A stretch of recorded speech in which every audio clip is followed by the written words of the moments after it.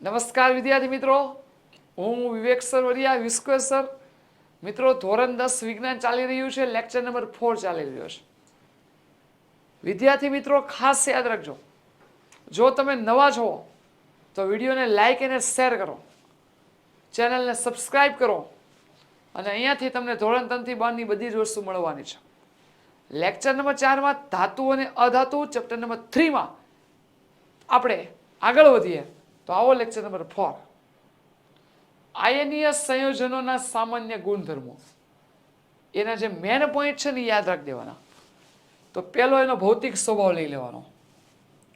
તો ધન અને ઋણ આયનો વચ્ચે પ્રબળ આકર્ષણ બળ હોવાને લીધે આયનીય સંયોજનો ઘન અથવા સખત હોય છે. આ સંયોજનો સામાન્ય રીતે બરડ હોય છે અને દબાણ આપતા તૂટી જાય છે. બોલો. બીજું, આ આયનીય સંયોજનોના ગલન બિંદુ ઉત્કલન બિંદુ કેવા હોય? તો આયનીય સંયોજનોમાં આયનો વચ્ચે પ્રબળ આકર્ષણ હોય, જેને તોડવા માટે વધુ ઊર્જાની જરૂર પડે છે. આથી તેના ગલન બિંદુ અને ઉત્કલન બિંદુ ઊંચા હોય છે. યાદ રાખજો, પરીક્ષામાં પૂછાય છે. કેમ કે આયનીયની જેમ સહસંયોજક સંયોજનો પણ આવે છે. એના ઉદાહરણો આપ્યા છે, આવે છે. ઓકે, સરસ. ચાલો, એના ઉદાહરણોમાં આપણે જોઈ લઈએ. આયનીય સંયોજનો, એનું ગલન બિંદુ અને ઉત્કલન બિંદુ. સોડિયમ ક્લોરાઇડ તો એ 1074, ઉત્કલન બિંદુ. આંકડા તમારે યાદ રાખવાની જરૂર નથી, રાઈટ? ચાલો, દ્રાવ્યતા. આ બધા તમે ખાલી સંયોજન જોઈ લેજો, એના ગલન બિંદુ કેટલા છે એ તમે જોઈ શકો છો. ચાલો, દ્રાવ્યતા.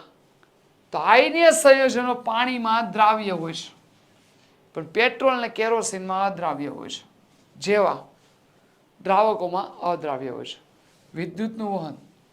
વિદ્યુતનું વહન તેમાં રહેલા વીજકણો, વીજભારિત કણોની ગતિશીલતાને કારણે થાય છે.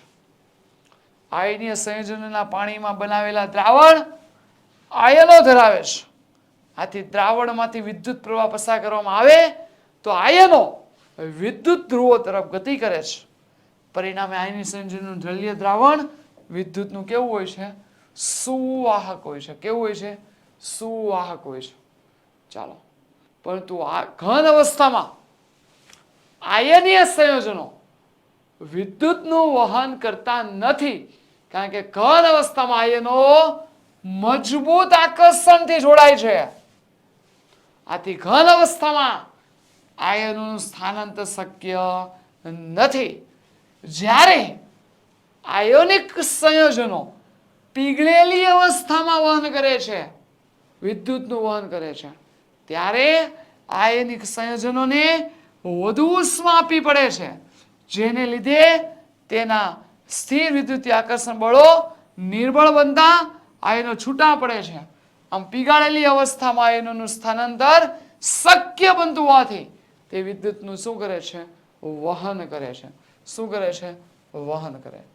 વિદ્યાર્થી મિત્રો, એનસીઈઆરટી આધારિત ઘટાડેલા નવા અભ્યાસક્રમ મુજબ ધોરણ 10 ની હાથેથી લખેલી બુકને મેળવવી છે તો તમે ઓશિયન કોચિંગ ક્લાસીસ નામની એપ્લિકેશન ડાઉનલોડ કરી લો. એમાં તમને મળી રહેશે. ચાલો, સોડિયમ, ઓક્સિજન અને મેગ્નેશિયમની ઇલેક્ટ્રોન બિંદુની રચના લખો. સોડિયમ, સોડિયમ, સોડિયમનો પરમાણુ ક્રમાંક 11, ઇલેક્ટ્રોન 6 રચના 2 8 1, એક વધારે છે. તો જુઓ, પહેલી કક્ષામાં 2, હા સર, બીજીમાં 8, 1 2 3 4 5 6 7 8, 2 3 4 5 6 7 8, પછી કેટલો છે? 1, તો 1. તો બોલો, 1 ઇલેક્ટ્રોન વધારે એટલે ડોટ કર્યો. ક્લિયર? ઓકે. ઓક્સિજન, ઓક્સિજન પરમાણુ ક્રમાંક 8, રાઈટ?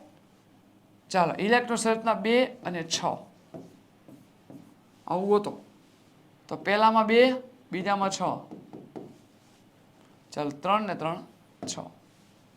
ચાલો, મેગ્નેશિયમ 1 2 3 4 5 મેગ્નેશિયમ પરમાણુમાં કેટલો 12 ઇલેક્ટ્રોન રચના બનાવો 2 8 2 તો બોલો પહેલી કક્ષામાં 2 બીજીમાં 8 1 2 3 4 5 6 7 8 ત્રીજીમાં 2 એટલે Mg ઉપર +2 આવે ચાલો બીજું શું માંગ્યું છે ઇલેક્ટ્રોનના સ્થળાંતર દ્વારા Na2 અને MgO નું નિર્માણ Na2O તો સોડિયમ અને સોડિયમ બે છે અને ઓક્સિજન પ્રક્રિયા થાય તો Na+, O-2 એટલે Na2O અહીં MgO તો Mg+O Mg+O એટલે Mg ઉપર આવું ડોટ હતા બે તમે જોઈ શકો છો O ઉપર આવા કેટલા હતા 3 3 6 હતા તો બી આની જોઈન્ટ થઈ જાય નહીં બી આની સાથે જોઈન્ટ થશે નહીં તો શું થાય પ્લસ અને માઇનસ બી આની પાસે માઇનસ છે બે વધારે હશે આને આપશે અને ભાગીદારી કરશે એટલે MgO બનશે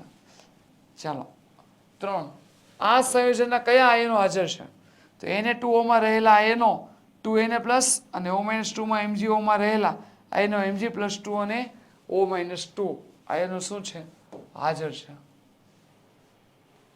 આયનીય સંયોજનો શા માટે ઊંચા ગલનબિંદુ ધરાવે છે સમજો તો આયનીય સંયોજનોના આયનો વચ્ચે પ્રબળ આંતરઆણવીય આકર્ષણ બળ હોય છે એટલે એને તોડવા માટે કેવી ઊર્જા આપવી પડે વધુ એટલા માટે વિદ્યાર્થી મિત્રો પ્લે સ્ટોર ઉપર ઓશિયન કોચિંગ ક્લાસીસ નામની એપ્લિકેશન મુકાઈ ગઈ છે જેનો લાભ લ્યો અને ડાઉનલોડ કરો નીચેના પદો સમજાવો નંબર 1 ખનિજ આ તમને એક IMP સવાલ તરીકે લઈ શકે